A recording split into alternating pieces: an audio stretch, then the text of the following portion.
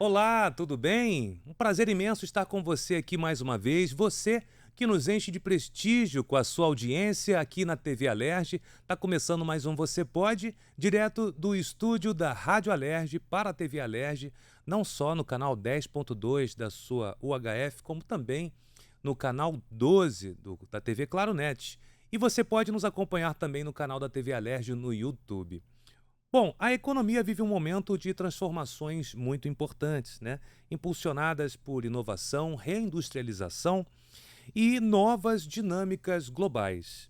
Bom, no Rio de Janeiro e no Brasil, sinais de retomada de setores estratégicos, como, por exemplo, o cenário das indústrias, o cenário internacional, o fortalecimento dos investimentos apontam para cenários de muitas oportunidades. No contexto internacional, mudanças geopolíticas e tecnológicas. E isso vem redesenhando o mercado global, abrindo espaço para novos protagonistas. O economista Tiago Veloso analisa com a gente esse cenário e destaca caminhos para crescimento sustentável e competitivo. Tudo bem com você, Tiago? Seja bem-vindo à Casa do Povo, à TV Alerj, Você Pode. Muito obrigado, Fernando. Muito obrigado pelo convite. Ótimo. Tiago, olha, o Rio de Janeiro tem apresentado movimentações muito importantes, né, em setores como energia, turismo, economia criativa. Quais são os principais vetores de crescimento do Estado hoje e como eles podem impulsionar a economia nos próximos anos? Perfeito. A economia carioca e do estado fluminense como um todo, ele é bastante voltado para o setor de serviços, né? A gente passou por um período muito significativo quando o Rio de Janeiro deixou de ser a capital do Brasil. Então a gente Uhum. passou por um processo de saída da nossa indústria e ela se concentrou principalmente em São Paulo, que já vinha sendo um estado próspero naquele momento, e a gente redesenhou todo o nosso modelo de economia. E isso foi muito significativo porque não existe necessariamente uma tomada de valor se o setor de serviços ele é melhor ou se ele é pior que o setor industrial. Mas é de fato uma nova dinâmica que o Rio de Janeiro vai muito bem. Até porque o Rio de Janeiro ele é uma cidade por si só charmosa, né? Como a gente gosta de falar nesse sentido. Então o Rio de Janeiro é uma cidade, principalmente tem muita ligação com a arte, é uma cidade muito plural, pois a gente consegue ainda permanecer com uma parte, né, do nosso segmento industrial, né, principalmente ao setor de commodities, como petróleo, né, e o setor do aço, mas a gente tem também uma sofisticação em áreas mais modernas. A gente tem cada vez mais empresas de tecnologia chegando aqui no Rio de Janeiro. A gente tem, de fato, um setor artístico, ele é praticamente concentrado no Rio de Janeiro. Então é uma Você cidade. está falando do setor audiovisual. Perfeito, setor Tá. audiovisual. Então a gente consegue ter de fato uma diversificação, né, de fato muito sólida aqui no Rio de Janeiro. Isso é muito positivo, porque o Rio de Janeiro ele acaba sendo essa cidade que ela vai juntar tanto a indústria, tanto o setor de turismo, quanto o segmento de serviços, tecnologia. Então o Rio ele acaba sendo bastante plural nesse sentido. E me diz uma coisa, o mercado ele fica aquecido em todos esses setores no Rio de Janeiro? Isso pode se expandir para o Brasil e para o mundo? Com certeza, com certeza. O Rio de Janeiro ele é a porta de entrada, principalmente quando a gente fala de mundo, né? Todo mundo, quando pensa em Brasil, acho que a primeira cidade que se pensa é o Rio de Janeiro. Obviamente, São Paulo tem a sua relevância muito grande, principalmente economicamente, mas o Rio de Janeiro ele é a cara, né? Então, principalmente quando a gente fala de turismo, os principais eventos turísticos do Brasil, a gente lembra do Rio de Janeiro, né? Uhum. De fato, e a gente ainda está falando não de uma cidade que ela vive somente do turismo. O turismo é muito importante no Rio, mas é uma cidade que tem por nascença esse caráter desenvolvimentista, né, esse caráter sólido e de inovação, de criatividade, é um polo de criatividade e inovação, o Rio de Janeiro. Obviamente, a gente sofre, né, com gestões, né, que acabam não potencializando toda a nossa economia carioca. Mas, obviamente, a gente ainda se torna uma cidade muito sólida. E, obviamente, isso, para o futuro, é um sinal muito positivo que a gente pode olhar. Ótimo, ótimo. Agora, as oportunidades, elas estão claras para o povo carioca e fluminense a partir de já ou é uma coisa de médio a longo prazo? Eu estou falando de turismo que colabora imediatamente com a economia, né? O recurso entra na cidade, no estado, na hora, imediatamente. Até mesmo antes do turista chegar na cidade, inclusive. A gente pode olhar para o setor da indústria, para o setor do comércio. Como é que isso, então, pode continuar levando o Rio de Janeiro para o mundo? O audiovisual tem feito isso. A gente ganhou Oscar, houve um investimento no setor audiovisual que trouxe um retorno financeiro, econômico para a cidade muito interessante, além da visibilidade para o mundo. Bom, no setor audiovisual temos um bom exemplo. Quais outros setores e como a gente pode divulgar e trazer mais oportunidades para o nosso estado? Perfeito.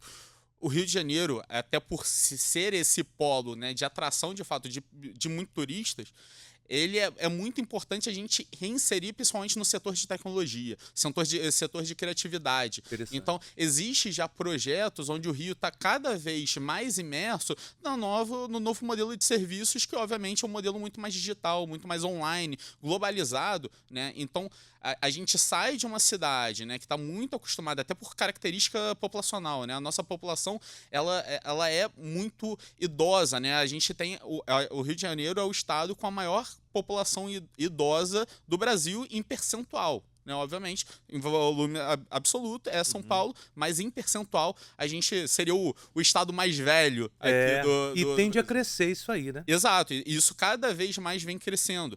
Então, só que a gente tem uma população nova que pede essa criatividade, que vem cada vez mais se desenvolvendo e a gente vê em mecanismos cada vez mais, até porque a gente está falando aqui num podcast, né? Então, são tecnologias muito mais novas, né? São, de fato, uma inovação que vai agregando a um público, né, de fato, uma população experiente, que sabe bastante, obviamente por se tratar de uma população mais vivida, só que a gente está trazendo essa inovação e essa criatividade. E, obviamente, como a gente é a porta de entrada para o Brasil, tudo que vem de fora, ele chega antes Rio de Janeiro e São Paulo.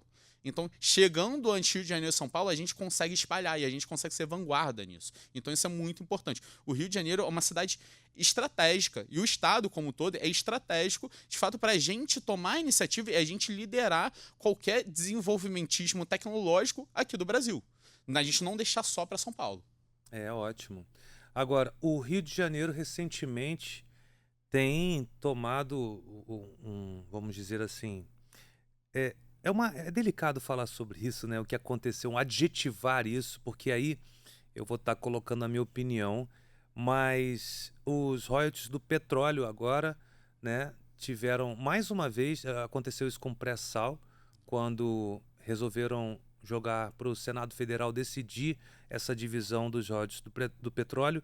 Naturalmente, os senadores de cada estado iriam representar muito bem os seus estados, fazendo o seu trabalho, fazendo o seu papel, né, e votaram por essa divisão. E agora, um percentual gigante a menos nos cofres do Rio de Janeiro. E com esse cenário, a gente ainda consegue ver esperança na nossa economia? Perfeito. Essa questão, de fato, de redivisão dos royalties do petróleo, né, que a gente teve um pedido de vista do STF, a gente teve, né, quando a lei, de fato, ela foi criada em 2012, a gente teve, de fato, a nossa ministra Carmen Lúcia, ela suspendendo essa medida, até porque naquele momento, ainda mais um momento de contas muito apertadas, principalmente no estado do Rio, que não é muito diferente do atual, mas ia ser bastante prejudicial, então conseguiu fazer essa suspensão e agora, obviamente, se tem uma volta à tona, mas teve um pedido de vista, então a gente continua, de fato, com essa suspensão valendo. Esse debate ele acaba sendo muito polarizador, porque, obviamente, os estados, né, e obviamente não lembrando que não é só o Rio de Janeiro, o estado do Rio de Janeiro, que ele é, de fato, influenciado por esses royalties do petróleo, obviamente é o principal estado, mas a gente tem São Paulo, principalmente Espírito Santo, e outros estados, por exemplo, o estado do Amapá, que começou a explorar petróleo agora. Para o estado do Amapá seria, inclusive, uma facada, porque o estado que se movimentou e conseguiu consolidar uma indústria para começar a explorar e agora vai ser dividido, assim, é todo um investimento que foi embora, né? Irônico.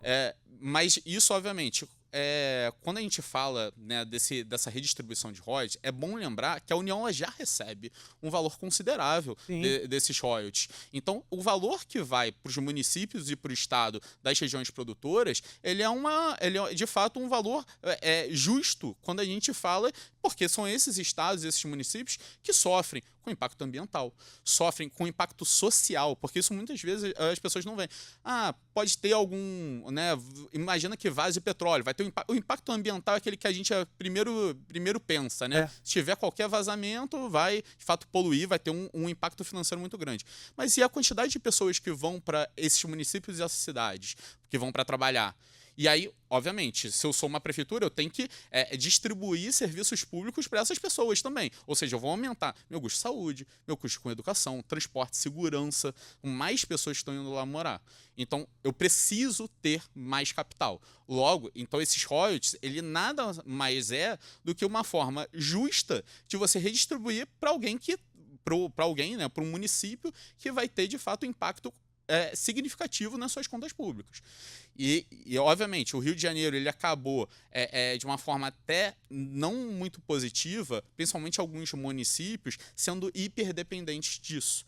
Então, qualquer decisão, né, que vamos supor que, de fato, o STF acabe decidindo pelo fim da suspensão e vai agora valer a lei de 2012.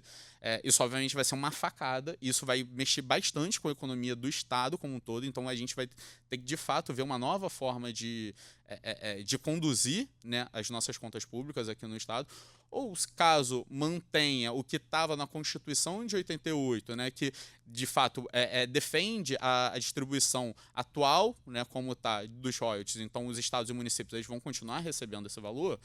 É muito importante que a gente pegue esse recurso, que é um bem escasso. O petróleo ele vai acabar um dia. Ele não vai acabar hoje nem amanhã, mas ele vai acabar um dia. E a gente invista numa nova indústria, numa indústria cada vez mais alinhada à tecnologia, cada vez mais alinhada à modernidade, para quando o petróleo acabar, a gente não ficar refém desse recurso. E a transição energética, doutor? Perfeito, isso também pode acabar afetando, porque, obviamente, como a gente vive, grande parte do Estado, ele vive de um recurso proveniente do preço do petróleo, então, obviamente, a gente teve agora um aumento no preço devido ao conflito Estados Unidos e Irã. Ou seja, o Estado, como todos os municípios, eles vão receber mais recursos. Isso vai ser muito positivo, principalmente para as contas agora, nesse ano de 2026. Mas se o contrário tivesse acontecido por questões de fato de geopolítica, né? A gente tem uma diminuição no preço do petróleo. Os estados vão sentir. Se a gente tem de fato uma troca de fato a mudança energética, de fato, a gente começa a utilizar mais recursos vindos de outras fontes energéticas, hidrelétrica, Eólica, solar. energia nuclear, vamos supor que a gente tem uma indústria nesse sentido. Isso obviamente vai afetar, porque vai ser menos dinheiro entrando vindo dos royalties do petróleo. E isso vai impactar diretamente. Então, para a gente proteger o Estado do Rio e o Estado e esses municípios produtores, a gente precisa descentralizar esse recurso do royalties de petróleo. Ele, obviamente, ele é muito importante que ele fique hoje aqui no nosso Estado e município. Até para as nossas contas que já estão apertadas. Mas a gente precisa ter um plano de saída. Porque se a gente não tiver esse plano de saída, a gente vamos ter anos difíceis, obviamente, quando o preço do petróleo cair e quando ele finalmente acabar. Exatamente. Tiago Veloso, economista e especialista em investimentos. A gente continua esse bate-papo, você continua aí com a gente. Daqui a pouco estamos de volta, não saia daí.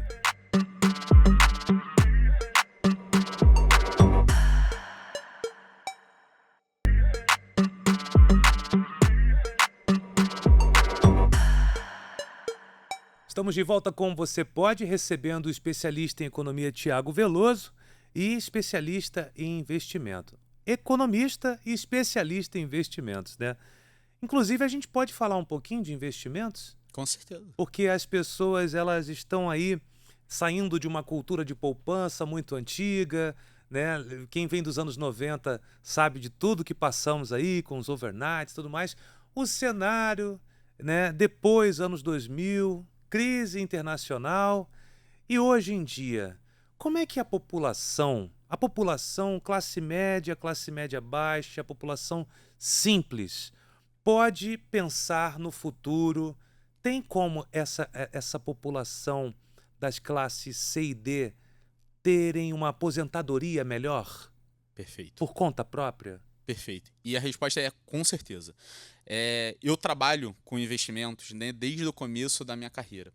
E um dos principais temas que de fato eu vejo e tento sempre falar, não só com os meus clientes, mas pessoas, né, que eu acabo conversando sobre o assunto, e eu gosto até de fazer uma analogia que eu acho que é bastante verdadeira. Geralmente, quando as pessoas pensam em investir, pensam em ficar ricas. Mas isso não é uma verdade absoluta. Você pode ficar rico investindo, mas a grande maior parte das pessoas não vai ficar rico investindo. Mas certamente não investir vai te deixar pobre. É o que todo mundo faz, a maioria faz, na verdade. Exato.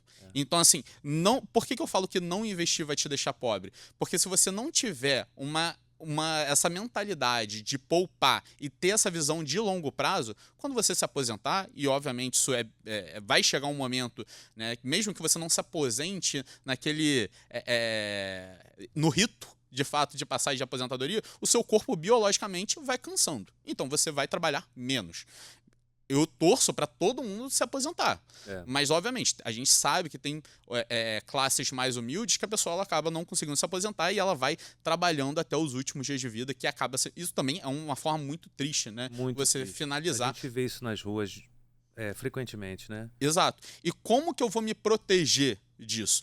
De fato, tirando um pouquinho dos nossos recursos hoje, quando a gente está no auge, né, da nossa idade laboral, né, de fato no auge da nossa vida de trabalho, a gente tirar um pouco do nosso recurso e investir a longo prazo.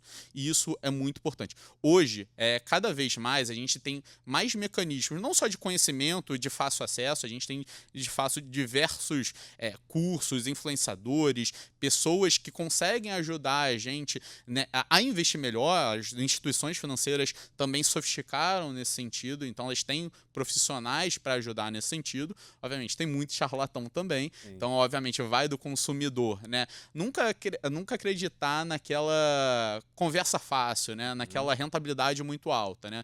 E em quem que o consumidor deve confiar, então? Quais são as características de um investidor confiável, uma pessoa que pode nos orientar bem? Perfeito. Primeiro, ele deve se guiar pelas instituições, né? Quando você vai chegar no seu banco ou outra instituição que você tem confiança, eles vão te apresentar e você vai falar, quero começar a investir. Ele vai te apresentar um profissional.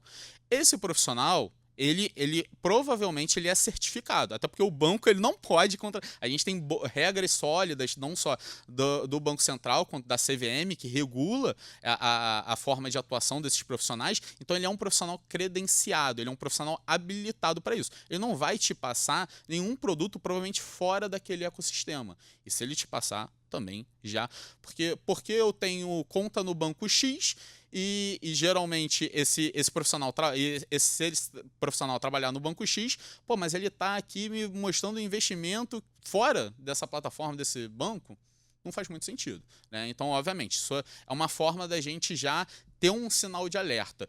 Outra forma, obviamente, é a gente pesquisando sobre esse profissional. Como todo prestador de serviço, né, e essa carreira dos especialistas em investimentos, assessores, consultores, né, existem várias nomenclaturas e cada uma tem a sua diferenciação, você tem que pesquisar o histórico desse profissional. Então, se ele tem uma boa formação, qual o nível de experiência dele, se de fato ele é credenciado nas entidades, se de fato ele é um profissional dessa instituição que ele está falando, que ele é. Então, tudo isso é importante que a gente pesquise, para a gente evitar cair em golpes, que hoje em dia são muitos, até por esse acesso, né, facilitado às redes sociais. Então a gente tem vários pseudo-influenciadores, vários golpistas que se dizem passar por profissionais de algumas instituições que na verdade não são, né? Na verdade eles estão fazendo uma forma de golpe, ou eles pegam um termo que está na moda. A gente, né, vê muitos golpes alinhados a criptomoedas.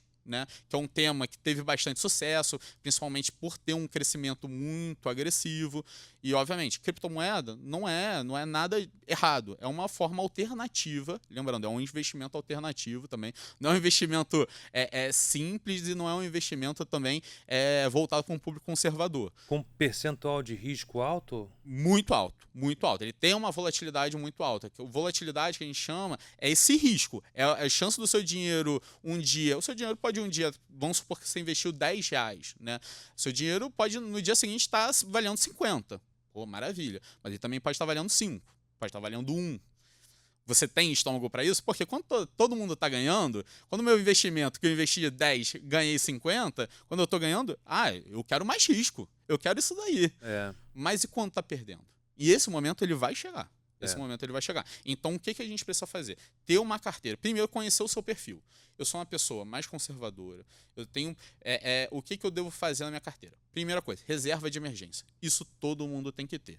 Reserva de emergência é um dinheiro que você separa, dado o seu custo de vida, que você vai poupar, que você vai ter no banco guardado. Como é que a gente pode saber o valor ideal mínimo para a reserva de emergência? Perfeito. Eu gosto de separar principalmente para profissionais que têm carteira assinada, profissionais que têm aquela previsibilidade na renda, pelo menos 6 meses do seu custo de vida mensal, bota em reserva de emergência. Então, se o meu custo de vida mensal é de R$5.000, logo eu tenho que separar 30 mil que vai deixar na reserva de emergência. Pô, Thiago, mas poupar 30 mil, não tem esses 30 mil agora para poupar. A gente vai fazendo de pouquinho. Pouquinho e pouquinho. O importante é você conseguir. Reserva de emergência é só proteção.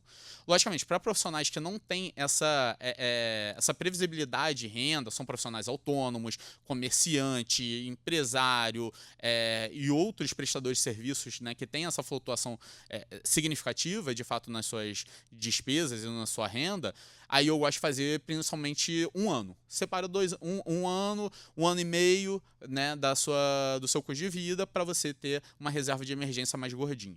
Depois, quando a gente faz a reserva de emergência, a gente tem que pensar na nossa aposentadoria, né? Então, a gente tem que pensar naquele investimento de longo prazo, pensar numa previdência privada, pensar em mecanismos de renda fixa que são muito seguros. Hoje em dia, a gente... Por exemplo, o MEI pode ajudar nisso? Oi, desculpa. MEI pode ajudar nisso? MEI, microempreendedorismo individual? Com certeza, com certeza. A gente pode, principalmente para o microempreendedor, ele é muito importante a gente ter um raciocínio dessa flutuação da nossa renda.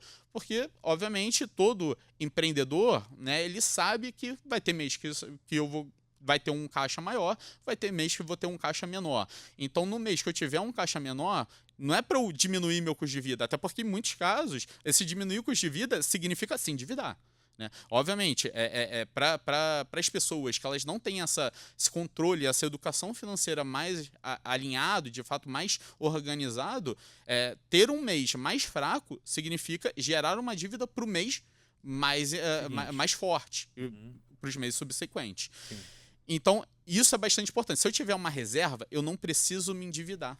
Se eu não preciso me endividar, eu vou conseguir retirar uma parcela desse recurso para me proteger. E aí, obviamente, tirei esse recurso, Thiago, vou deixar esse... né, não vou voltar esse dinheiro. Não, você volta aos poucos, você retoma esse trabalho. E o interessante é que acaba sendo um empréstimo para si próprio, sem juros. É isso. Sem custo. Então, a importância de ter reserva de emergência não é só quando ficar desempregado por 3, 6 meses. Você pode fazer manobras também com essa emergência, mas sempre com comprometimento de devolução da emergência. Perfeito. E aí você faz o seu prazo. Perfeito, é esse racional. A reserva de emergência, como o nome fala, é uma emergência. Sim. Emergência não é só quando eu perco o emprego, quando eu tenho de fato alguma... Caso de doença na família. Exato, mas é de fato quando eu gasto mais. Vai ter meses que a gente vai gastar mais, geralmente em dezembro, né? Apesar de para o profissional CLT ele tem o vai refazer o motor do carro. Exato. Aquela coisa que você não espera. Às vezes você acaba gastando mais no cartão de crédito. Uma coisa que eu gosto de falar... Uma viagem que não foi bem programada. Perfeito. Geralmente, principalmente para o público que está endividado ou o público que está com as despesas mais apertadas nesse sentido, a primeira coisa que falam é sai cortando tudo. Isso eu não aconselho, a pessoa É. sair cortando tudo. Cortar o lazer, por exemplo. Exato, não dá pra você sair de uma vida onde você tinha um lazer, fazia numa certa frequência, pra zero lazer. Isso vai gerar uma série de problemas na É. sua vida pessoal e na sua cabeça. Então você diz que a economia ela anda lado a lado com a saúde mental, o fator psicológico, né? Com certeza. Porque recapitulando aqui, por exemplo, o cidadão ou a cidadã que consegue fazer o seu fundo emergencial cumprindo certinho ali pelo menos um ano do seu orçamento, tudo mais, consegue garantir pagar todo mês o seu plano de aposentadoria, mas só pelo fato do homem, vamos colocar o homem provedor, né? Que também tem problemas de saúde mental se ele não consegue prover. Mas quando ele tem 10 mil reais guardado, você concorda que já muda a postura, o comportamento, a postura no trabalho? Por exemplo, a gente Confiança, né? a confiança. A gente não atura certas coisas do patrão perseguidor. Tô falando patrão ruim, tá, gente? Patrão perseguidor, chato. E aí você não tem coragem de se valorizar, de se impor. Eu não estou falando xingar o patrão, nada disso não, gente. Pedir demissão não é chegar a esse ponto, mas ao ponto de impor o respeito. Exato. Porque você fica muito refém daquele cargo. É Então, isso. eu não posso ir contrário a alguém que está pagando o meu salário, né? Mesmo que, como você bem falou, não é você de fato ser grosseiro. Isso, obviamente, a Não. gente não está falando. Mas é impor sua opinião, ou impor o seu direito. Isso, Às o vezes você direito, tem um principalmente. patrão que pede para você fazer hora extra e não vai te remunerar por isso. É. E, obviamente, aí você vai, beleza, não vou ser remunerado, mas o que eu vou ganhar em outra parte? Vou ganhar um benefício de horário? Se você tem uma vida financeira sólida, você consegue fazer isso, você consegue impor o seu local, o seu ponto, principalmente. E você não vira refém do seu trabalho. E isso é muito importante. E outra coisa que eu gosto sempre de falar a economia, ela não é uma ciência exata, né? Quando a gente estuda economia na faculdade, não tá no grupo de engenharia, matemática, é uma ciência humana, porque a cabeça, ela é muito importante. Se a gente for comparar os principais prêmios Nobel de economia, principalmente nesse século, grande parte deles eram psicanalistas, eram pessoal da área médica de Olha, neurociência. eu nunca analisei por esse ponto de vista, porque eu sempre comparei a economia com a matemática, que é exata. Quer dizer que a economia não tem nada de exato, é de humano. A economia é propriamente dita, é de humano. Por isso que é tão difícil a gente ter uma previsão da economia, né? Quando a gente vê no jornal, assim... É mais fácil prever o tempo. É mais fácil prever o tempo. Eu não sou geógrafo, não mexo com o tempo, mas eu imagino Você que não seja é mais senhor do fácil. tempo, mas sabe quando vai chover. Perfeito. Então, quando a gente fala de economia, a gente tem uma série de variáveis, e as variáveis que mais importam é o comportamento das pessoas. Só que é muito difícil a gente prever isso. Então, por isso que é uma ciência humana. E, obviamente, o humano ele tem que ser levado em consideração quando a gente fala isso. Por isso que eu falo, você está com dívida, você está com as contas apertadas, o primeiro passo não é sair cortando tudo. O primeiro passo é se organizar. Primeiro passo aí é da ferramenta que a pessoa preferir. Planilha, né, para geralmente quem é mais jovem, quem tem mais, de fato, contato com isso, eu acho uma ferramenta fantástica, mas quem não tem, Thiago, não sei nem mexer em Excel, nem sei o que é isso, o que eu faço? Anota num caderno. É Se isso. eu sou mais velho, anota num caderno. Faz isso. Separa todas as suas entradas de dinheiro, sua renda, e separa todos os seus custos. E aí você vai começar a fazer uma análise. Primeiro, tá fechando? Não tá fechando. Não, vamos pro cenário que não tá fechando a conta, né? Sua renda é menor do que, de fato, o seu custo de vida. Então, o que a gente consegue cortar? Vamos fazendo corte daqueles que você fala menos importante. Por exemplo, e aí eu acho que todo mundo tem um pouquinho disso, principalmente que a gente vive uma onda, né, de streamings e de serviços online que a gente acaba consumindo. Volta e meia, eu tenho susto com alguns serviços que eu tô assinando e que eu não faço utilização. E, obviamente, eu e diversos brasileiros fazem isso. E, obviamente, a gente vai tirando aqueles produtos que a gente não consome mais. E deixar bem claro, por exemplo, como você está falando de streams, né, dos serviços de streams, não que os streams não sejam importantes. Às vezes a gente assina e está trabalhando, né, não está vendo há 3 meses, não está vendo o seu serviço de streaming. Então é esse aí que a gente tem que cortar mesmo. Perfeito. Por exemplo, se você vê o serviço de streaming X, todos os dias, todo domingo, todo sábado, esse você não vai cortar. E às vezes a gente assinou pela propaganda de uma série só que a você gente já quer viu. ver. Exato. E aí acabou e esqueceu ali, mas está sendo descontado todo mês, né? Principalmente aqueles débitos automáticos também. A gente tem que Com ficar certeza. sempre ligado ali, né? Esse é o maior perigo. O cartão de crédito, ele é ele é muito interessante porque, obviamente, ele te dá um mecanismo de ter O uma. relatório. Exato. Então, assim, ele tem uma capacidade de te botar num mundo financeiro muito rápido, né? E muito. Que brilha os olhos, né? Mas, obviamente, se a gente acaba perdendo o controle no cartão de crédito, vai ter uma série de faturas, né, e de Sim. compras que você não vai ver. Então, o que eu recomendo, principalmente para quem está com a conta não está fechando tanto, e mesmo que estiver fechando, não está sobrando muito dinheiro. Pega o cartão de crédito, vê, pô, eu tô gastando X nisso, X naquilo, isso dá para cortar, isso dá para diminuir. Primeira coisa, é organização. Até porque, como tudo na vida, né, e como uma empresa, né, funciona, e obviamente as nossas contas, se a gente levar de uma forma mais como uma empresa, isso é muito importante também, a gente não vai cortar o que faz a nossa empresa funcionar. Ou seja, o que faz a minha cabeça funcionar. Eu vou cortar aquilo que é o excesso. Aquilo que não faz sentido mais para minha empresa. Logo, aquilo que eu consigo fazer. Ótimo. Daqui a pouquinho a gente volta com o Tiago Veloso, economista e especialista em investimentos, e vamos continuar com esse bate-papo de muito elevo, principalmente para minha e para a sua economia. Não saia daí.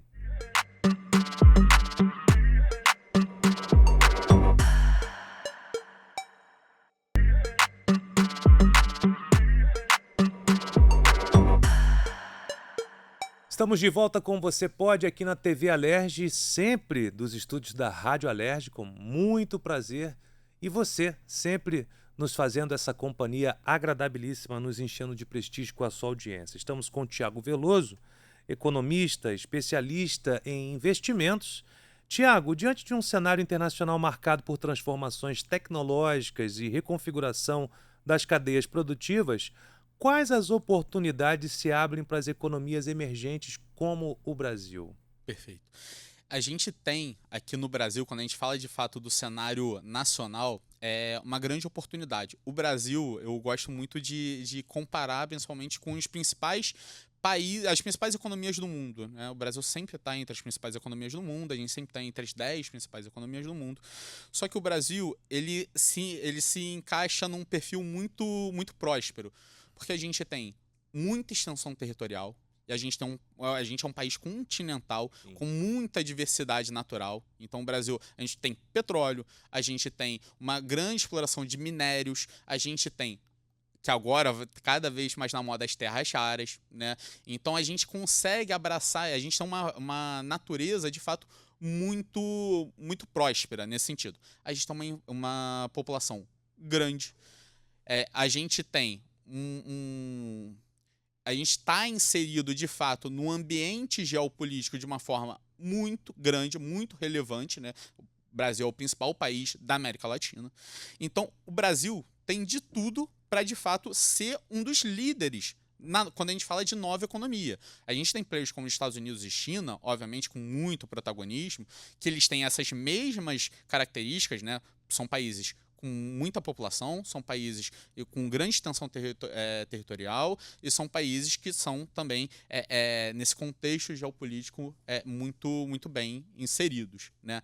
Então, o Brasil, ele acaba ficando de trás, obviamente, vendo tudo isso por uma série de fatores, né? Enfim, que aí mais ligados à gestão, mas o Brasil ele consegue penetrar nesse ambiente. Como que a gente consegue melhorar aqui, de fato, para o Brasil estar cada vez mais inserido nesses principais players, né, do mundo globalizado como hoje? Não é a gente mudando a nossa forma de indústria. Uma coisa que é uma fala que acaba sendo um mito, né, que as pessoas reproduzem bastante, que o Brasil é um país pobre porque a gente vende produtos de baixo valor agregado. Leia-se agricultura. O Brasil não é um país pobre por causa disso. O Brasil é um país... primeiro, o Brasil não é um país pobre, mas o Brasil é um país que existe uma desigualdade, e existe, de fato, não tanta prosperidade financeira quanto poderia ter, não é porque a gente vende produtos de baixo valor agregado, mas é porque a gente tem muitas jabuticabas, que a gente pode falar. Ou seja, a gente dá muitas regalias para uma massa empresarial que acaba não revertendo tudo isso aqui no Brasil. A gente tem uma série de benefícios aqui no país que acabam não melhorando a vida do povo, mas acabam melhorando a vida de uma elite. Um Brasil que, desde sempre, né, desde a chegada dos portugueses aqui, é um país que foi colonizado e tem uma elite que vem desde lá de trás. Então, a gente acaba tendo uma concentração de riquezas muito grande e isso acaba, obviamente, limitando o crescimento do Brasil quando a gente fala de um modelo mais descentralizado. Então, como que a gente pode fazer isso? É a gente assumindo esse papel de player, principalmente produtor do meio agrícola, até porque o Brasil é o principal exportador em uma série de produtos, os produtos mais relevantes do mundo. O Brasil é bastante exportador, está sempre entre os 5 principais países exportadores do mundo. A gente aumentar a nossa relação internacional, então isso é muito bom. Quando a gente entra nesse jogo político de direita e esquerda, perfeito, isso cada um tem a sua opinião, isso é próprio, e é legal para A democracia. Exato, para um ambiente saudável de democracia. Só que a gente precisa melhorar, de fato, a nossa Polarização, né? Exato. A questão está aí. Exato. Só que a gente precisa melhorar o nosso diálogo via internacional. Então a gente precisa, de fato, conversar mais com, de fato, players que fazem o Brasil estar cada vez mais inserido nesse meio. O Brasil, ele acaba tendo, por ser um país muito polarizador, a gente ter, né, uma esquerda e uma direita muito vocais, e isso acaba também prejudicando porque, obviamente, entra no jogo político. A gente tem um mundo como um todo, cada vez mais polarizado, não só aqui no Brasil. Isso é um retrato, de fato, mundial. Isso acaba isolando países como o Brasil de debates extremamente importantes. Então, como a gente consegue se inserir nesse mundo, né, geopolítico com menos polarização? Mantendo um corpo, de fato, decisório, um componente que não mude baseado em eleições. Porque se cada período eleitoral eu tiver um corpo técnico que, de fato, vai tomar as rédeas, né, dessas comunicações e das decisões via mercado internacional, eu tenho a cada 4 anos uma alternância. Então, uma filosofia que pode ser totalmente diferente da antiga. Então, eu não tenho projeto de longo prazo para o Brasil. É muito importante que a gente tenha projeto de longo prazo, né, que a gente tenha, de fato, um consenso, né, entre os polos, né, políticos aqui no Brasil, para de fato a gente chegar a um denominador comum. Esse corpo é bom, esse corpo é técnico, principalmente por corpo técnico. Assim, acho que, inclusive, principalmente os grandes embaixadores, todo mundo tem a sua opinião política, isso é próprio de cada um. Mas eles são, antes de mais nada, um corpo técnico, que eles estão em prol do Brasil, né? Então, a gente dando mais destaque a essas pessoas e menos destaque a indicações políticas, isso vai ajudar o Brasil, nos próximos anos, a caminhar de uma forma mais promissora no mercado internacional. E, obviamente, a gente continuar tomando o destaque que a gente tem. O Brasil é um país de destaque na América Latina, talvez o principal país da América Latina quando a gente fala de economia. Talvez não, é o principal país da América Latina quando a gente fala de economia. O Brasil é um dos principais países do hemisfério sul quando a gente fala de economia, né? Então, a gente tomar o nosso papel cada vez mais relevante, né? Algo semelhante ao que foi feito na Índia, que era um país extremamente miserável e pobre, só que é um país que, por ter uma população muito grande, um país que, por ter uma extensão territorial muito grande, conseguiu ter um destaque, um protagonismo muito grande, como investindo na educação e também um bom relacionamento internacional. Hoje, a Índia, ela acaba se tornando até uma piada nas grandes faculdades internacionais, que todas elas sempre têm um estudante indiano que é o gênio. ou professores indianos que são os gênios daqueles setores. Por quê? Porque a Índia investiu muito bem na educação. Não só na educação do próprio país, né, mas principalmente exportando essas pessoas para essas pessoas de fato tomarem as redes. Isso de fato catapultou a Índia. Hoje a Índia é talvez o terceiro país nesse tabuleiro global de destaque em economia mundial. E educação essa da Índia que foi um investimento de pelo menos 20 anos atrás, né? Que estão colhendo esses frutos hoje. E como que a Índia agora me esclareça uma coisa, nem tanto sobre economia, mas sobre política. Não sei se você sabe me responder, mas o corpo técnico da Índia foi sólido por esses anos todos? Então, a Índia, ela é muito engraçado, porque ela, né, foi um país também colonizado, né, que nem o Brasil, Sim, né, obviamente pela Inglaterra. Isso traz até algumas diferenças um pouquinho, né, filosóficas, né, quanto naturalmente. a gestão, né, É. de fato da Índia. Ela é um país continua sendo um país extremamente desigual, né, tem os seus desafios, enfim, isso é muito complexo. Mas a Índia, ela conseguiu ser bastante assertiva na sua comunicação global. Ela também ela conseguiu se botar, né, até por ter uma população muito sólida, desculpa, muito volumosa, em grandes debates. Só que ela teve planos, esses planos que demoraram cerca de 10 a 15 anos, ela teve uma base sólida política. Ela teve poucas alternâncias de governo, mas ela teve. O Brasil também viveu um período semelhante, né? A gente teve o nosso atual presidente. Já governou por 16 anos, né? Exato. Então a gente tem poucas alternâncias de poder. A gente vive um momento polarizado, mas a gente teve poucas alternâncias de poder. Então deveria ter sido feito talvez um debate mais promissor quando a gente fala de geopolítica, né? E principalmente de aproveitar momentos positivos que a gente teve no passado para construir algo mais sólido hoje em dia, né? Obviamente, não está tarde para a gente fazer isso. Isso é um desafio para o próprio presidente atual, quanto para quem assumir nas novas eleições, que seja também o governo atual. Então, da gente cada vez mais tá nesse ambiente. Por exemplo, exemplos, né, como a gente pode usar, como o da Índia, a China, que obviamente acaba também sendo um país muito gera um burburinho político, né? Mas a China ela fez o seu modelo de industrialização de uma forma muito sólida, de uma forma muito organizada. O seu modelo de cidade é muito organizado da China como um todo. Isso é muito próspero. Tem suas especificidades, tem coisas positivas, tem coisas negativas. Isso é evidente e isso vai acontecer em todas as nações, das mais desenvolvidas, das menos desenvolvidas. Mas é muito importante a gente mirar nessa organização, entender o local do Brasil nesse local, nesse tabuleiro global, que é muito, muito mais próximo. O Brasil está muito mais próximo de uma China, Índia, Estados Unidos e Rússia do que da Bolívia, do Peru, do que do Chile, que é uma economia muito que vem crescendo bastante aqui na América do Sul.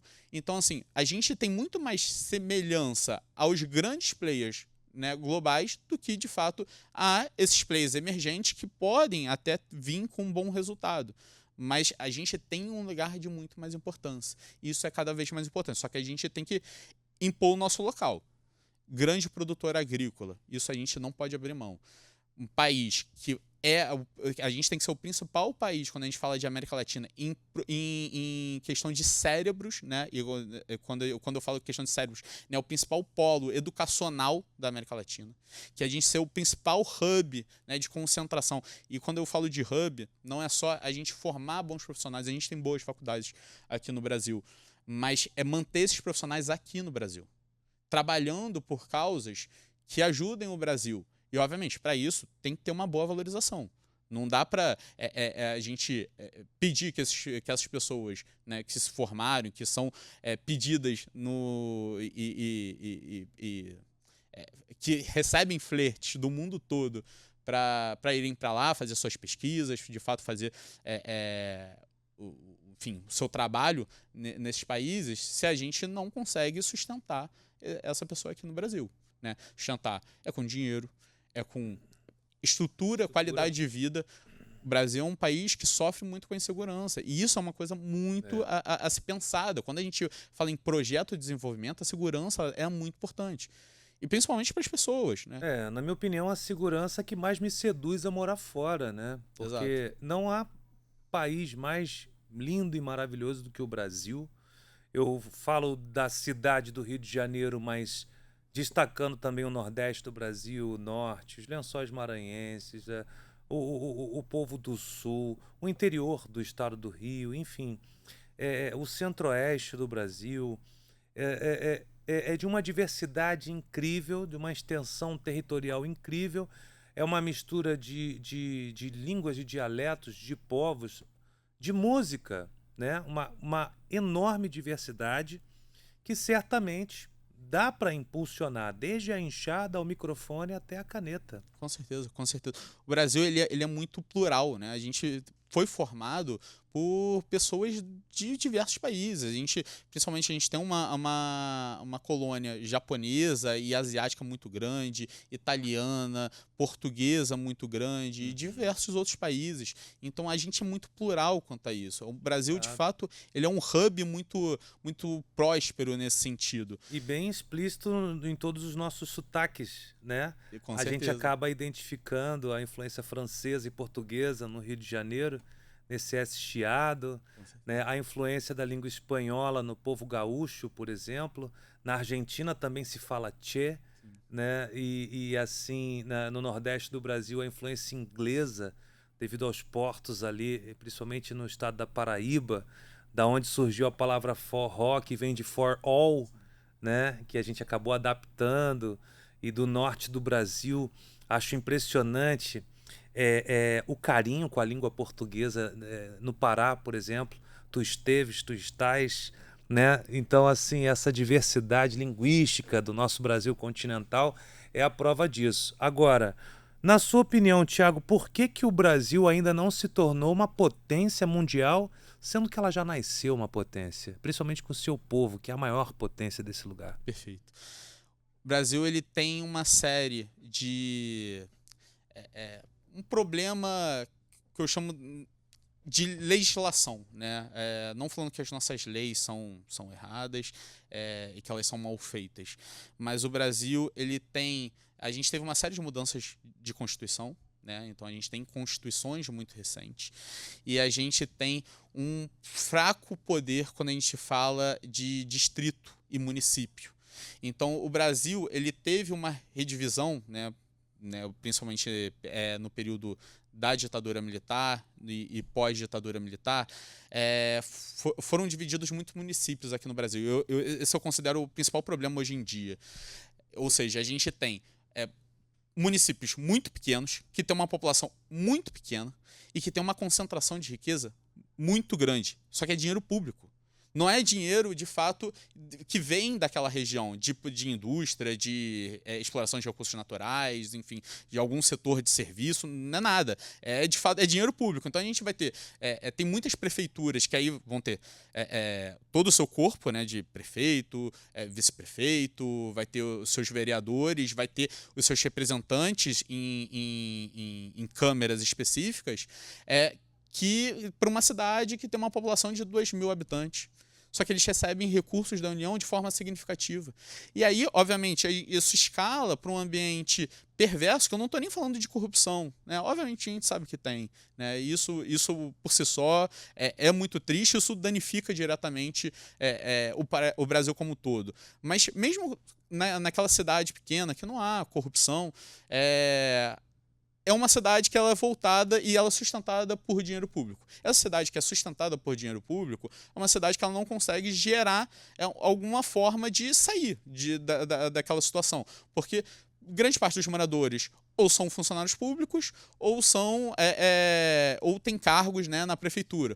Então, é uma cidade sem fim específico. O que o Brasil fez? Ele dividiu várias cidades. Então, essas cidades, né, que já eram pequenas, elas passaram a ser menores, com mais políticos, mais pessoas fazendo, de fato, a gestão da cidade, mais dependente de dinheiro público. Então, um pacto que o Brasil poderia fazer é rever esse pacto federativo e unir algumas cidades, né?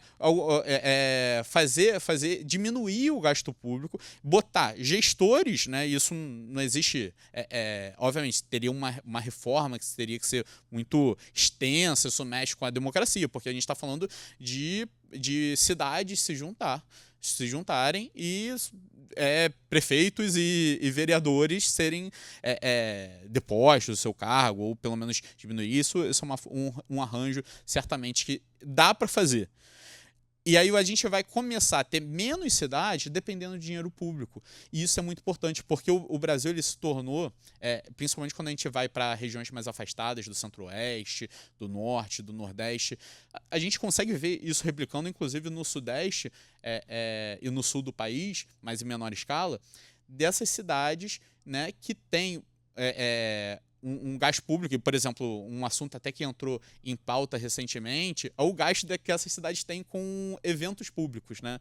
Então, com shows, né? Volta e meia tem shows de artistas muito grandes que tocam nessas cidades, que não tem nenhum problema quanto a isso, se de fato isso estiver sendo pago não com recurso que faça falta. Não pode ser com recurso público. Eu acho que a festividade, a finalidade de um show, ele atrai também turismo, Sim, enfim. Isso fomenta pode... a economia daquela cidade. Perfeito. Isso pode, de fato, ter alguma conclusão que gere um retorno para a cidade. A cidade merece festa, cultura, toda a população. Exato, toda a população merece isso. Mas o custo elevadíssimo desses eventos que devem ser revistos. Né? E principalmente a divisão desse recurso. Assim, e aí isso a gente consegue ver em algumas cidades que cerca de mais da metade do orçamento de educação saúde, segurança, vai para financiar um show de um artista. Assim, isso acaba sendo uma distorção muito grande. E por que acontece essa distorção? Porque a gente tem um pacto federativo que ele acaba dando muito recurso a uma cidade muito pequena, que obviamente acaba tendo um caixa sobrando e acaba talvez não conseguindo fazer uma boa destinação, também não tem um corpo técnico para isso, né? Porque obviamente se eu tenho uma cidade de 2.000 habitantes, eu vou ter... vai ser prefeito, a gente vai ter, né, 5, 7 vereadores na cidade. Será que são... Aqui eu tô falando de 8 cargos, pelo menos, muito importantes, a gente sabe que tem muito mais, né? Mas será que tem 8 pessoas dessa cidade que têm um conhecimento técnico de gestão pública suficiente para, de fato, fazer um bom destinamento, uma boa destinação desses recursos? Só vai saber no decorrer da caminhada. Exato. Porque o povo que elegeu e colocou lá, através da propaganda da proposta, agora só de fato em ação que a gente pode saber disso. Exato. Bom, Tiago Veloso, muito obrigado por esse bate-papo interessante, por nos dar conselhos bons de economia, de muito elevo. Parabéns por você existir, ter uma carreira tão brilhante e estar sempre compartilhando conhecimento, que é muito importante. É uma coisa que você vai levar com você, mas em vida vai compartilhando com a gente, ajudando muita gente. Gostaria que você desse suas considerações finais e não esquece de falar do @ do seu Instagram, caso o telespectador queira perguntar alguma coisa que não colocamos aqui, tudo bem? Perfeito. Muito obrigado pelo convite, Fernando. Foi ótimo participar. Muito obrigado a todo mundo que está escutando e que está assistindo e prestigiando a gente hoje. Minhas redes sociais, né? O principal rede social é o Instagram, que eu uso. Meu nome é thiago.a.veloso com 2 L's. O Thiago é sem H. Pode me seguir lá. Eu falo um pouquinho sobre investimentos, economia. E eu quero estar cada vez mais próximo das pessoas para falar sobre esses assuntos. Me bota à disposição, pode mandar uma mensagem. Aqui eu tô em pró aqui desse debate público e sempre crescer, tanto na minha trajetória quanto na trajetória das outras pessoas. Muito obrigado, Tiago, e muito obrigado a você que está sempre nos enchendo de prestígio com a sua audiência aqui no Você Pode, aqui na TV Alerj. Economia é saúde, saúde é economia. Cuide da sua, porque você pode. A gente se encontra por aqui. Tchau, tchau.